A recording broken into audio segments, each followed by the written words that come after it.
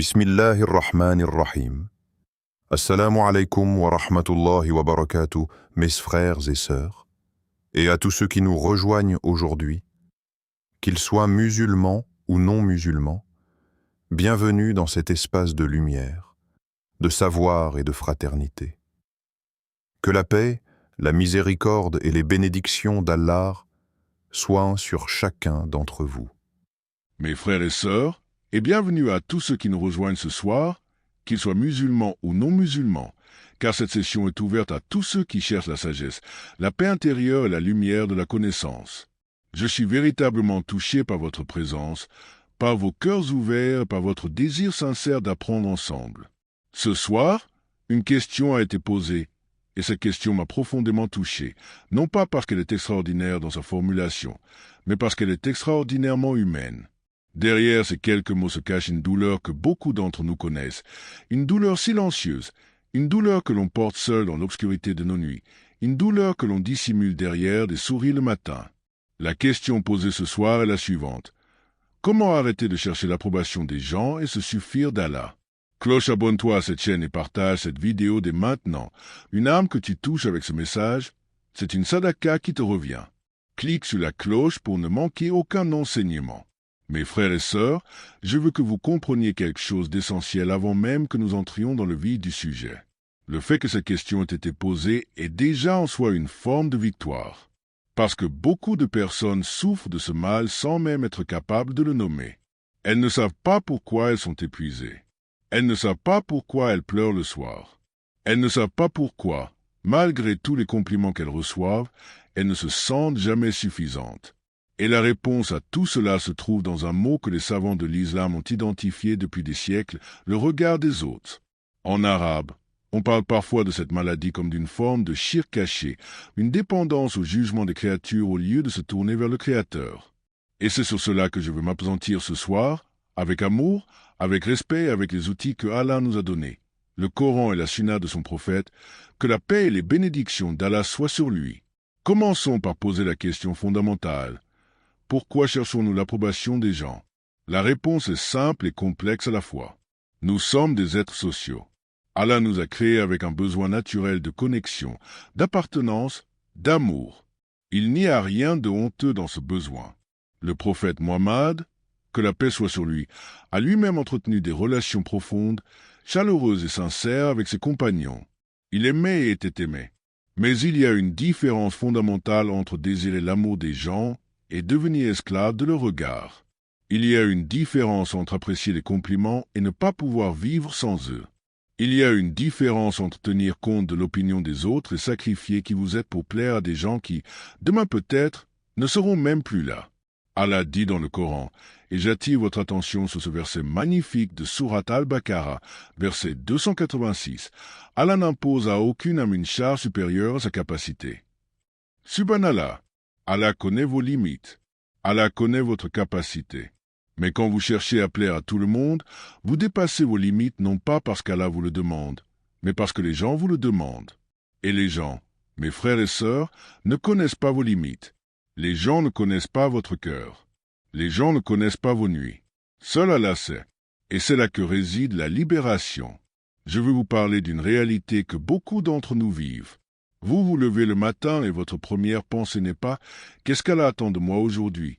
mais plutôt « Qu'est-ce que les gens vont penser de moi aujourd'hui ?» Vous choisissez vos vêtements en fonction du regard des autres. Vous choisissez vos mots en fonction de la réaction des autres. Vous choisissez même vos actes d'adoration en fonction de ce que les gens verront. Et doucement, sans vous en rendre compte, vous avez construit une vie qui appartient à tout le monde sauf à vous-même. Vous avez construit une vie qui appartient à tout le monde sauf à Allah.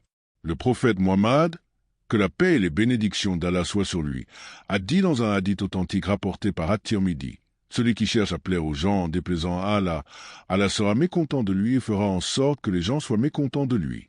Et celui qui cherche à plaire à Allah même si cela déplaît aux gens, Allah sera satisfait de lui et finira par faire en sorte que les gens soient satisfaits de lui. Relisez ce hadith, méditez-le, parce qu'il contient toute la sagesse dont vous avez besoin ce soir. La satisfaction des gens est une conséquence de la satisfaction d'Allah et non l'inverse. Quand vous courez après le regard des gens, Vous perdez à la fois les gens et Allah. Mais quand vous courez après la satisfaction d'Allah, Allah arrange pour vous le regard des gens. Allahu Akbar. Pourquoi est-ce si difficile d'arrêter de chercher l'approbation des gens? Parce que cette habitude commence très tôt dans nos vies. Elle commence dans nos familles, dans nos écoles, dans nos quartiers. Dès l'enfance, on nous apprend, parfois sans le vouloir, que notre valeur dépend de notre performance. Tu as eu une bonne note, on te félicite. Tu as mal agi, on te retire l'amour. Et progressivement, notre cerveau apprend que l'amour est conditionnel, que pour être aimé, il faut performer, que pour être accepté, il faut correspondre à une image. Et on grandit avec cette blessure profonde, le sentiment de ne jamais être suffisant tel qu'on est.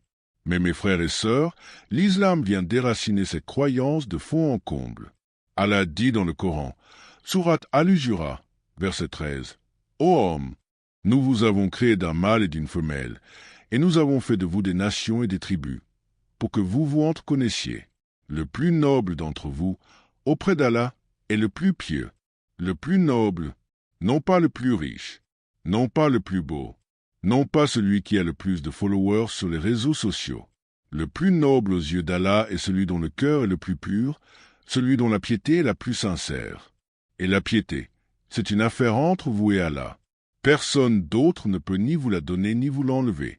Laissez-moi vous partager quelque chose qui m'a toujours frappé dans la vie de nos pieux prédécesseurs.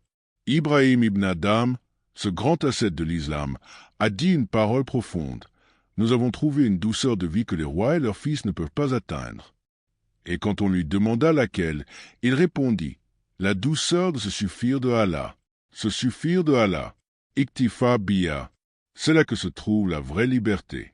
La liberté de ne plus avoir besoin du regard des autres pour savoir qui vous êtes. La liberté de ne plus trembler devant le jugement des créatures parce que vous savez que le seul jugement qui compte est celui du Créateur. Mes frères et sœurs, je veux maintenant être pratique avec vous, parce que la connaissance sans application reste une connaissance stérile. Comment concrètement commencer à se libérer de ce besoin d'approbation? Premièrement, reconstruire votre relation avec Allah à travers la salat. La prière, les 5 prières quotidiennes, ne sont pas que des obligations rituelles. Ce sont des moments où vous vous retrouvez seul face à votre Créateur, sans masque, sans performance, sans besoin de plaire à qui que ce soit. Quand vous dites Allahu Akbar en commençant la prière, vous dites symboliquement que Allah est plus grand que tout le reste, plus grand que les opinions, plus grand que les jugements, plus grand que la honte, plus grand que la peur du regard de l'autre.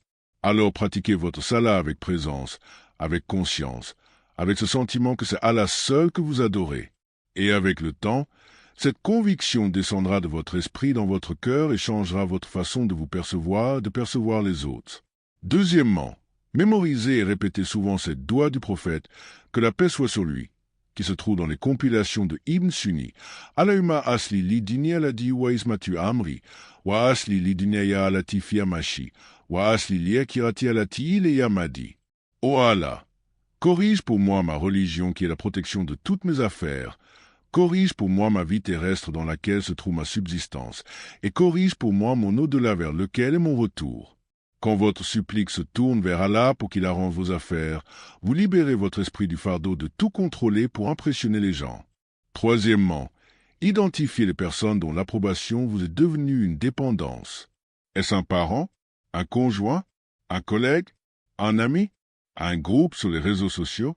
Identifiez cette personne ou ce groupe et posez-vous honnêtement la question. Est-ce que cette personne sera là le jour du jugement pour répondre de mes actes à ma place? La réponse est non. Allah dit dans le Coran, Sourate Yassine, verset 54, « Ce jour-là, nulle âme ne sera lésée en rien et vous ne serez rétribué que selon ce que vous aurez accompli. Ce jour-là, vous serez seul avec vos actes. Ce jour-là, personne ne pourra porter votre fardeau. Alors pourquoi vivre toute votre vie en portant le fardeau de leur regard? Quatrièmement, et ceci est peut-être le conseil le plus difficile mais le plus libérateur, acceptez que vous ne plairez jamais à tout le monde. C'est une vérité mathématique, c'est une réalité humaine, et c'est surtout une vérité coranique. Allah dit dans Sourate Al-Baqarah, verset 120, « Jamais les Juifs ni les chrétiens ne seront satisfaits de toi jusqu'à ce que tu suives leur religion. » Ce verset était adressé au prophète Mohammed, Sallallahu alayhi wa salam. Si le meilleur des êtres humains, l'homme le plus noble qui ait jamais foulé cette terre, ne pouvait pas plaire à tout le monde, alors qui êtes-vous pour croire que vous y parviendrez? Ce n'est pas de l'arrogance que de l'accepter. C'est de la sagesse. C'est de la maturité spirituelle. Libérez-vous de cette illusion que si vous agissez parfaitement, si vous vous exprimez parfaitement, si vous existez parfaitement, les gens vous aimeront enfin. Cette journée n'arrivera jamais. Et Allah, dans sa miséricorde infinie, vous a donné une alternative infiniment plus précieuse. Son amour à lui. L'amour de celui qui ne change pas. L'amour de celui qui ne vous abandonne jamais. L'amour de celui qui vous connaît mieux que vous-même et qui vous aime quand même. Je veux aussi parler aux non-musulmans qui sont parmi nous ce soir, et je vous remercie sincèrement d'être là. Cette question du regard des autres, vous la connaissez aussi. Quelle que soit votre foi, quelle que soit votre tradition, vous avez ressenti cette pression de devoir correspondre à une image, de devoir performer pour être accepté. Et je vous dis ce soir avec tout le respect que j'ai pour vous, la solution que l'islam propose n'est pas l'isolement. Elle n'est pas le mépris des autres. Elle est la réorientation de votre cœur vers quelque chose d'absolu, vers quelque chose d'immuable, vers quelque chose qui ne dépend pas de l'humeur de quelqu'un au réveil.